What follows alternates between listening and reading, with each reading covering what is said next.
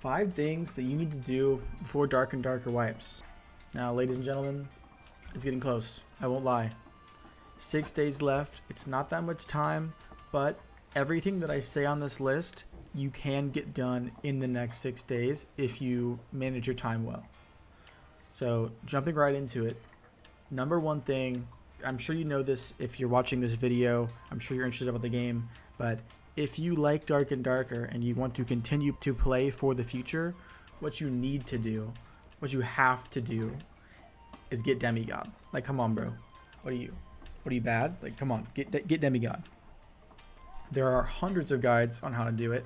Farming AP is extremely easy. It's a little tedious, a little boring, but I mean, I did it on my rogue in about 3 days, right? Like, you can do it. It's not that bad.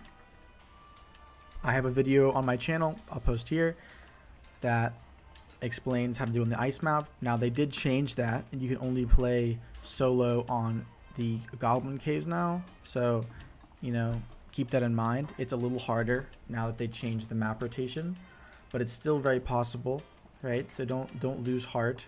Don't give up. Now, number 2 is to get Wander on every character. So I don't know how you manage your characters, but you have 8 possible slots, right? So you can have 8 different characters, and on each character you can rank up. Now, if you look at the high roller, like the way the rewards work, from Neophyte to Wander, you gain like items in your stash, gold, golden bag, potions, things like that. And then above Pathfinder is all skins. So if you can get Wander, the skins will be most likely linked to every single one of your characters as long as you have one that has acquired the skin. However, the base ones, Neophyte through Wander, will be linked to that specific character. So you should try to get Wander on every single character. So that way next wipe, you're starting off, you know, if you get on all 8 characters, you're going to start off with 4,000 gold and 8 coin bags and a bunch of healing pots and things like that. Because nothing is worse than on wipe day starting with absolutely nothing base kit. It just feels terrible. I mean, the beginning of wipe, if you really want to have fun and really get ahead of that curve, you have to have a little bit of gold and a couple of healables just to get you started.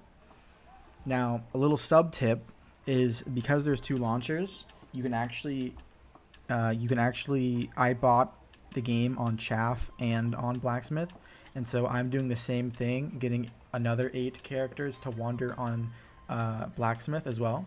So that way when wipe happens, I'll have, instead of the 4,000 gold, I'll start with the 8,000 gold as well as 16 gold coin bags. So I'll never need to worry about gold storage again. That's just a little sub tip. It does require a little extra money. It's up to you. Alright, number 3, and this one's a little bit more difficult. It requires some more experience, but it's learning every boss. Because playing on wipe day, and if you're playing aggressively, unless you're like a solo guy, which I am a solo guy too, but this game is meant for trios. I know solos is big right now. It is end of wipe though. Trios is really where you get that really crazy loot, and that's because of the boss. Now, I would highly recommend, because it's kind of low pressure right now, loot kind of comes and goes, everyone has a ton of gold, just go in and fight some bosses. You can go base kit, get a group of 3, get some friends. There's a Dark and Darker Discord, right? Just go, get there, go to the bosses, fight them, lose, win, fight them, lose, win, and keep doing it, right? There's tons of videos that I'll link down below in the description on how to beat these bosses.